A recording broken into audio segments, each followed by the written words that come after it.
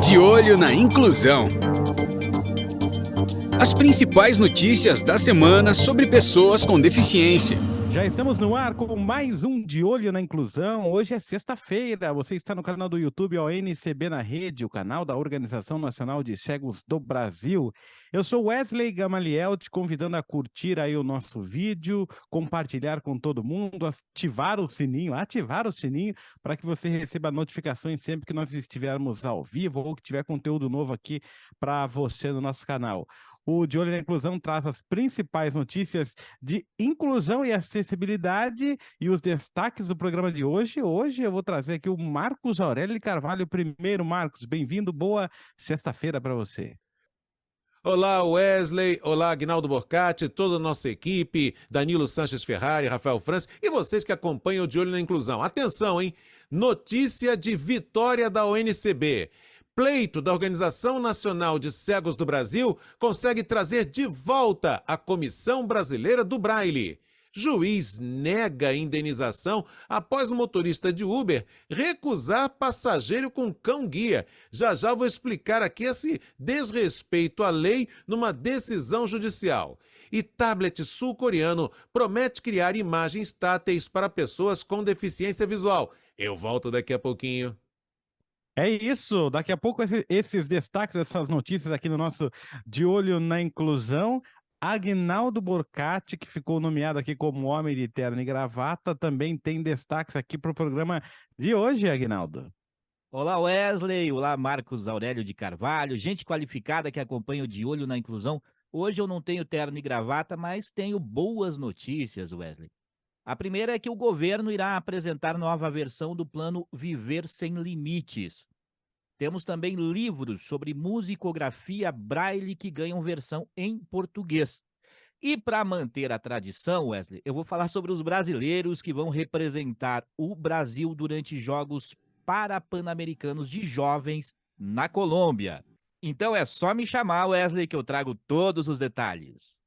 Beleza, daqui a pouco o Aguinaldo traz todos os detalhes, inclusive com as notícias do esporte, que ele sempre gosta. Você pode participar com a gente aqui no nosso WhatsApp, é o 11920061342, também aqui pelo nosso chat. Destaque para a Lúcia Mara, que sempre está deixando comentário aqui para a gente, participando, comentando as notícias do nosso De Olho na Inclusão. Hoje a gente vai fazer um esquema diferente aqui. Vamos começar com a entrevista da semana, porque o Marcos Aurélio anunciou aí que a Comissão Brasileira do Braille está de volta e esse é o destaque da entrevista da semana aqui no nosso De Olho na Inclusão, Marcos Aurélio. A Comissão Brasileira do Braille está de volta. E foi um pleito, foi uma reivindicação da Organização Nacional de Cegos do Brasil. No dia 10 de abril, nós noticiamos aqui no programa De Olho na Inclusão e em toda a programação da ONCB, no dia 10 de abril, a ONCB enviou um ofício ao Ministério da Educação solicitando o retorno da comissão. E depois, no dia 27 de abril, uma quinta-feira, Regina Fátima Caldeira, representante da ONCB na Comissão Brasileira do Braille, esteve em Brasília para reforçar o pleito, reforçar a reivindicação. E a comissão foi retomada. Regina Fátima Caldeira, seja bem-vinda e conte mais sobre essa notícia para a gente.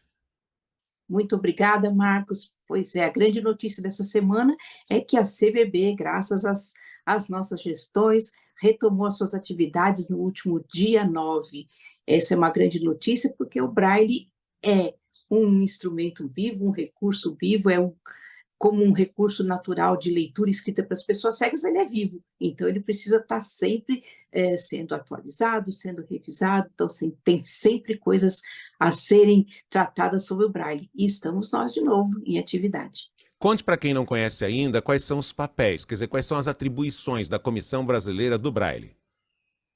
Então, a Comissão Brasileira do Braille, entre outros papéis, tem o principal objetivo de manter o Braille sempre em dia com a escrita comum, que está sempre evoluindo. Então, a gente está sempre atualizando códigos, está sempre tratando de produzir livros com a maior qualidade possível, em produzir documentos que possam ser consultados por professores, por transcritores de textos, por revisores, para que o Braille, então, possa chegar às pessoas cegas com todas as informações necessárias para que elas tenham as mesmas experiências que têm as pessoas que enxergam em relação à escrita e à leitura.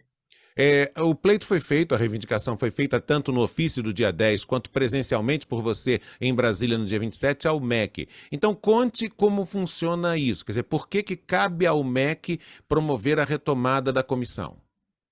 Porque a comissão foi instituída em 1999, vinculada ao Ministério da Educação. Então, a comissão é formada por representantes dos CAPs das diferentes regiões, por um representante da ONCB, por um representante do Instituto Benjamin Constant, e é coordenada por um gestor da SECADI, né, que é a Secretaria voltada para assuntos da educação especial. Então, é por isso que o MEC é o responsável pelo funcionamento da comissão. Quais são os próximos passos, Regina? E o que vocês pretendem fazer para que a Comissão Brasileira do Braille tenha amplo e intenso trabalho daqui para frente? A gente tem como um grande desafio a apresentação do novo Código Matemático unificado com a Iberoamérica, ou seja, unificado com Portugal, Espanha, com os países hispano-americanos, e esse código estava em vigor desde 1987, e dentro do Conselho Ibero-Americano do Braille ele vem sendo revisado e atualizado, e agora nós já temos a versão nova do código, né, prontinha para ser apresentada. Então, os nossos próximos passos visam publicar esse código em braille, em tinta, em formato digital, e fazer a formação dos professores, dos transcritores, dos revisores, para que esse código, então, possa ser levado, né, principalmente aos estudantes. Então, esse é o nosso grande desafio. Nós temos também uma atualização da grafia química para uso no Brasil, e uma série, né, de outras atividades voltadas, como eu já disse, né, à manutenção do Braille, sempre como principal instrumento de escrita e leitura das pessoas cegas. Pois é, maio de 2023 marca então a volta da Comissão Brasileira do Braille. Mas apenas para dar o contexto histórico, para que as pessoas saibam o que aconteceu, quando e por que a comissão tinha sido paralisada, os trabalhos dela tinham sido paralisados? Na verdade, nós tivemos a nossa última reunião em outubro de 2022, né, já no final do governo, né, que terminou em 31 de dezembro. Então, nós tivemos aí uma paralisação de 4 meses, né, em razão das mudanças todas, dos gestores, né, do Ministério da Educação, da Secretaria de Educação Especial, e, aliás, Secretaria de Educação Continuada, né, tem um nome bastante grande, a SECADI, a sigla é SECADI. Então, nesse período, né, a comissão esteve paralisada, e o nosso intento, né, quando enviamos o ofício para o MEC e depois, né, fomos para a reunião, era de apresentar aos novos gestores, né, a importância da Comissão Brasileira do Braille, e eles realmente foram bastante receptivos, né, e a gente tem, já menos de 15 dias depois, né, da nossa reunião com a SECADI, nós já temos a comissão de novo em funcionamento. Você ouviu Regina Fátima Caldeira, que é representante da Organização Nacional de Cegos do Brasil na Comissão Brasileira do Braille, ela que é uma grande referência no Brasil e no exterior sobre a temática do Braille e sobre a prática, né, do uso do Braille como este grande instrumento de inclusão. Regina Fátima Caldeira falou com a gente aqui no De Olho na Inclusão. Comissão Brasileira do Braille de volta, é a entrevista da semana aqui no nosso De Olho na Inclusão. Marcos Aurélio sempre com boas notícias, boas entrevistas. Falando em boa notícia, Marcos, parece que o concurso de artes que a gente anunciou na semana passada abriu mais um prazinho aí para as pessoas se inscreverem, é isso? Um belo prazo, um belo prazo. É 30 de setembro agora. É uma decisão da FOAL, da Fundação ONCE, para a solidariedade com as pessoas com deficiência visual da América Latina. Abriu mais ainda o prazo, ampliou o prazo para 30 de setembro. Então, aquela notícia que demos aqui, vocês se lembram que no próprio programa de Olho na Inclusão anterior, eu tinha dito que haveria essa possibilidade do adiamento do prazo para inscrição. Então, atenção você que entende de artes plásticas, de escultura, enfim, eu já expliquei aqui na semana passada que os prêmios estão no valor de 1.500 euros. Hoje, mesmo com aí o desconto na hora do câmbio e tudo mais, você teria 7.200, 7.100 reais, 7.200 aproximadamente, dependendo do dia, dependendo da variação da cotação do euro. Então, excelentes prêmios para cada uma das três categorias. E aqui na nossa descrição do De Olho na Inclusão de hoje, o Agnaldo Borcati já disponibilizou outra vez o link, já está aí na descrição, o link para quem quiser se inscrever. Então, gente, agora dá tempo de preparar sua obra com capricho para este, que é um excelente concurso, que é um concurso anticapacitista, quer dizer, um concurso para mostrar o talento, a competência, a capacidade artística de pessoas cegas e com baixa visão. Wesley.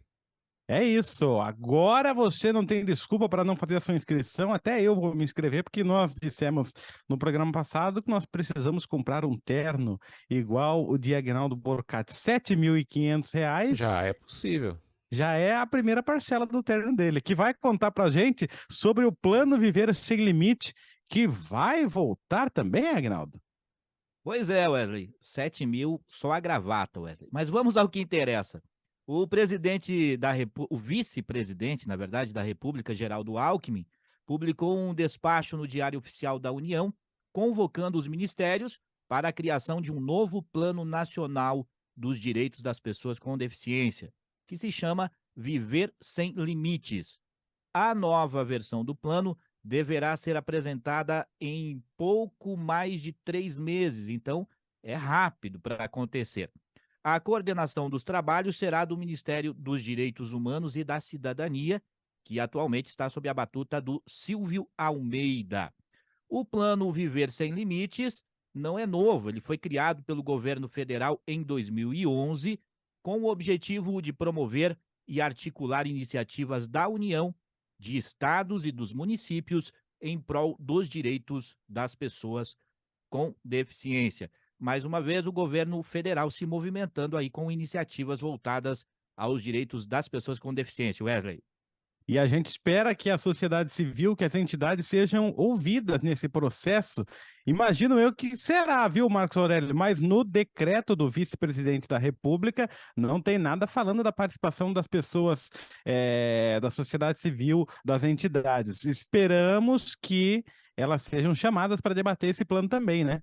Com certeza. E a gente vive um momento de recuperação aí dos conselhos representativos, das comissões, como a Comissão Brasileira do Braille, que voltou agora a partir do dia 9 de maio, conforme nós abordamos aí a entrevista com Regina. Então, é uma volta da representatividade da sociedade civil, que estava bem prejudicada ao longo do governo anterior. E o que a gente espera do governo atual, até porque essa é uma promessa do governo atual, é que as entidades sejam ouvidas e os conselhos representativos sejam valorizados. Wesley.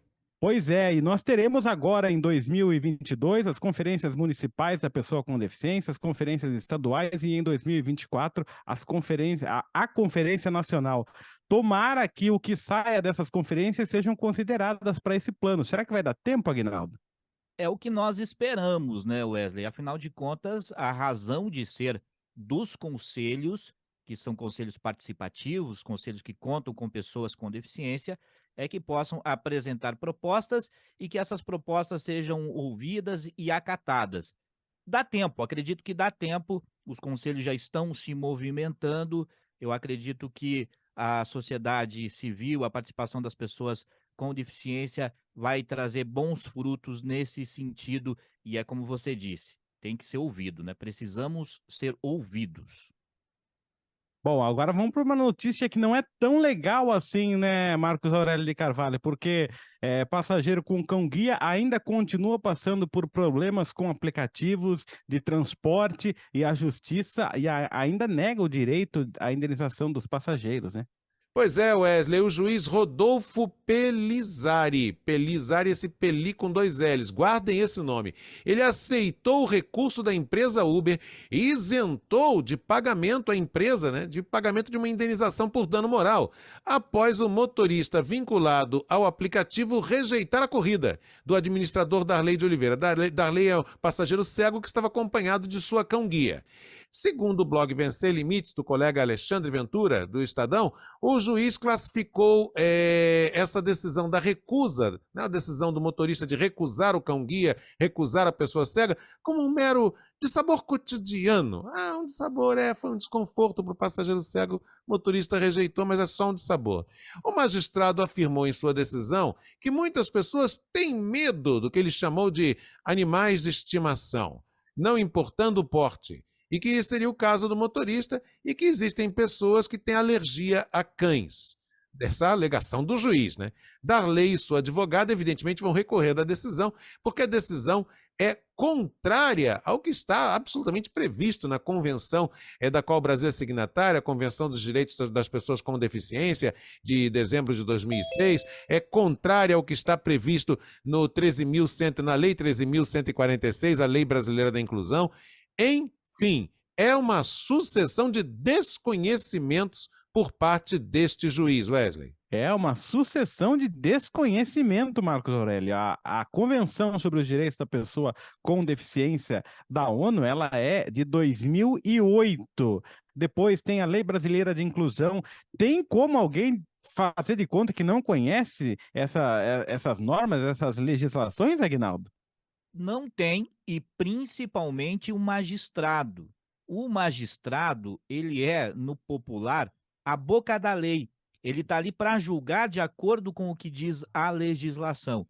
E nós temos uma legislação bem consolidada a respeito disso, inclusive, para além das leis mencionadas pelo Marcos e por você, temos a própria lei do cão-guia, que é de 2005, temos a Constituição Federal, que garante o direito de ir e vir, temos o Código de Defesa do Consumidor, e a relação é de consumo, quando se trata de carros de aplicativo, que também diz que nenhum cliente pode ser discriminado, ou seja, tem lei, a lei é clara, a lei é objetiva e a gente lamenta.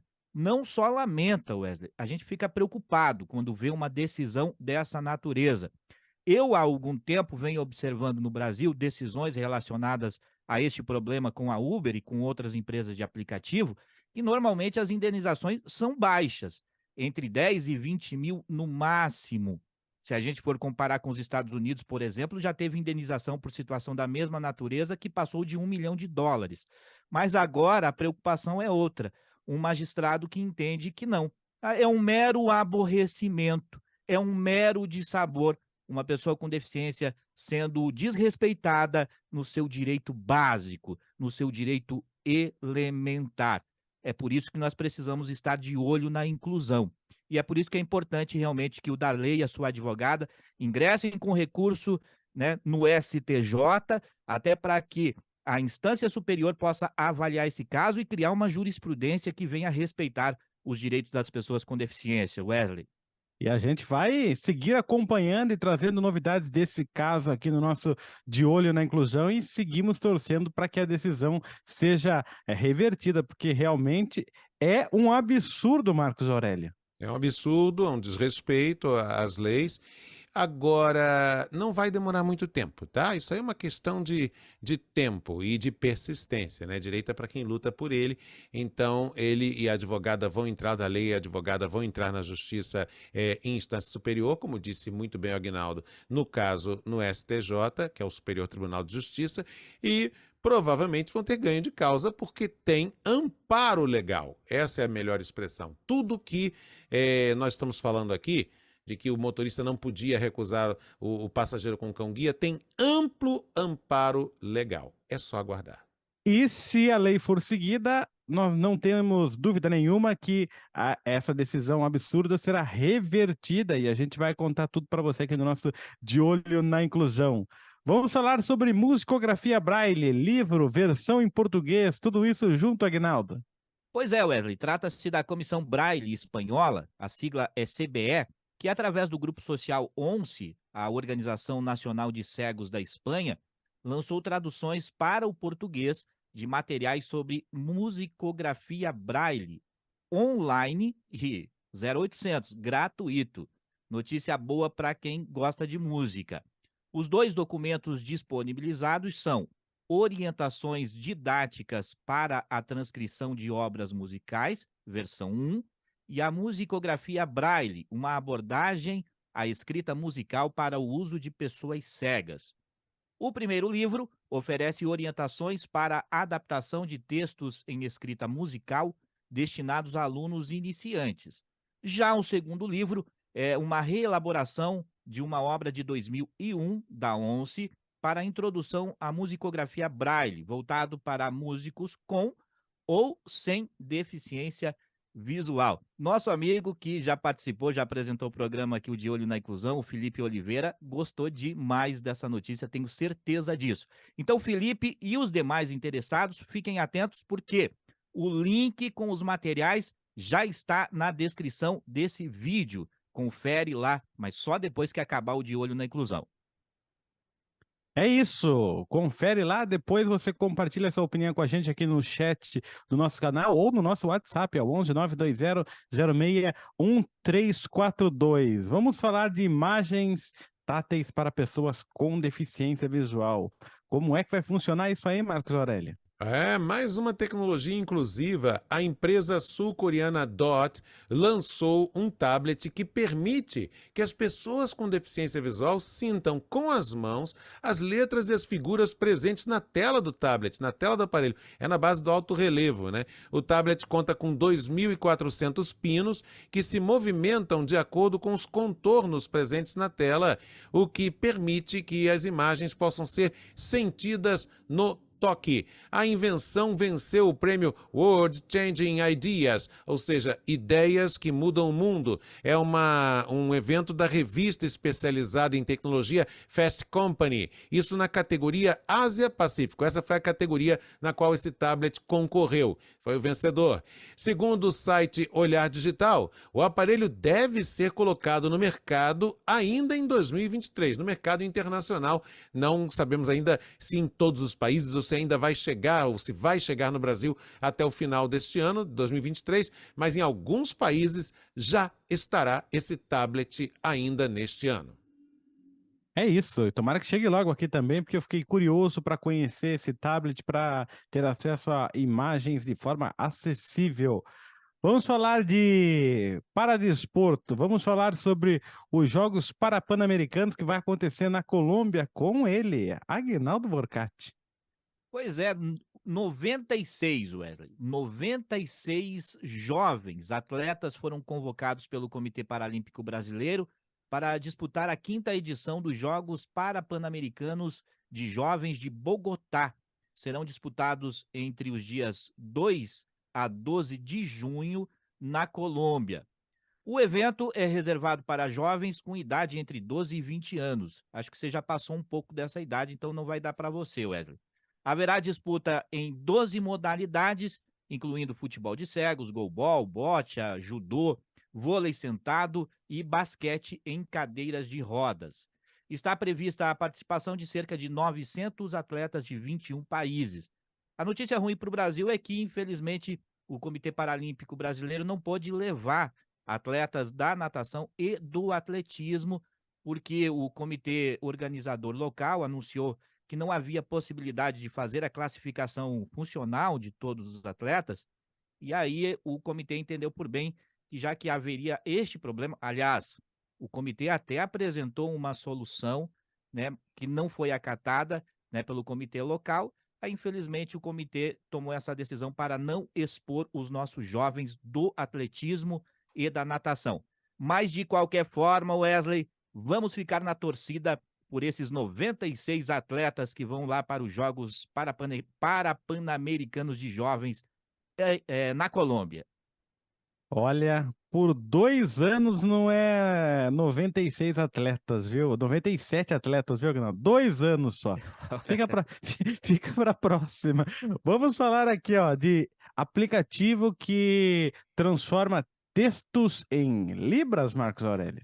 É isso, alunas do ensino médio técnico do SENAC, elas se chamam Luísa Ribeiro Teixeira e Sara Teixeira Willig, deram um show, Wesley. Elas criaram, e por isso foram premiadas, um aplicativo de tradução de Libras, a língua brasileira de sinais, para o português. O programa se chama Me Traduza. A partir da câmera do celular, o aplicativo das estudantes identifica os sinais realizados e apresenta a palavra correspondente em português. Segundo a revista Reação, o sistema também permite o caminho contrário, quer dizer, reverter um texto em português para a língua brasileira de sinais. É uma engenhosa, criação aí dessas duas estudantes. O projeto venceu o concurso paulista de alunos que se chama Empreende Senac. Venceu na categoria Voto Popular, sendo o projeto mais votado na história da competição. Agora, a dupla, as duas estudantes, as duas vão buscar recursos para financiar o crescimento dessa empreitada, Wesley. E a gente torce para que tudo dê certo e que esse aplicativo esteja disponível para todo mundo.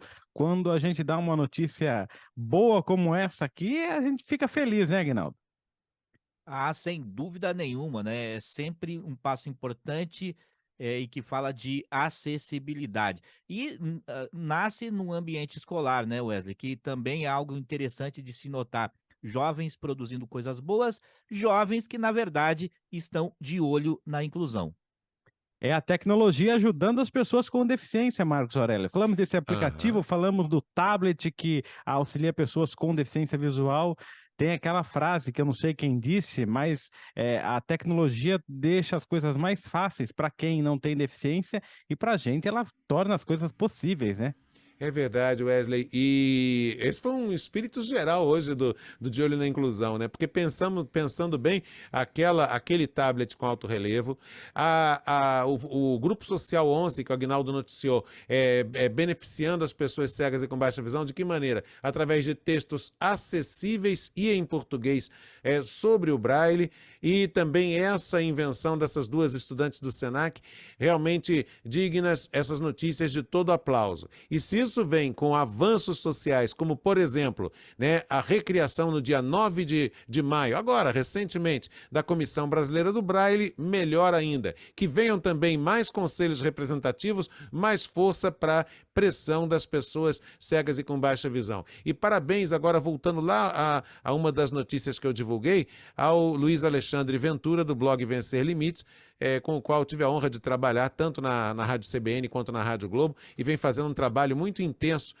de divulgar as pautas de interesse das pessoas com deficiência. Mandar um abraço também, já que falamos de Libras, para outro segmento das pessoas surdas, os surdos oralizados, que são aquelas pessoas surdas que, em vez de usar a Libras, a língua brasileira de sinais, usam implante coclear. Mandar um abraço para Laki Lobato, minha querida amiga de tantas palestras que já demos juntos, e que é uma referência de liderança, é uma líder entre os surdos oralizados, e também está sempre que possível na escuta aqui, e vendo e escutando o nosso De Olho na Inclusão, Wesley.